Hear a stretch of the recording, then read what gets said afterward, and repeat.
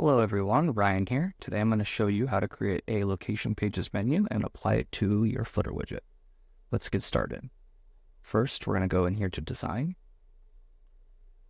Then we're going to go into our menu section.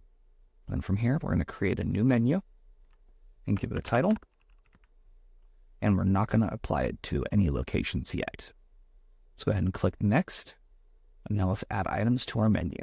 And from here, we can add locations by clicking the plus next to the page title. So got that, and these two. This one, I'm going to change the label so it matches up with the rest. There we go. And we're going to publish.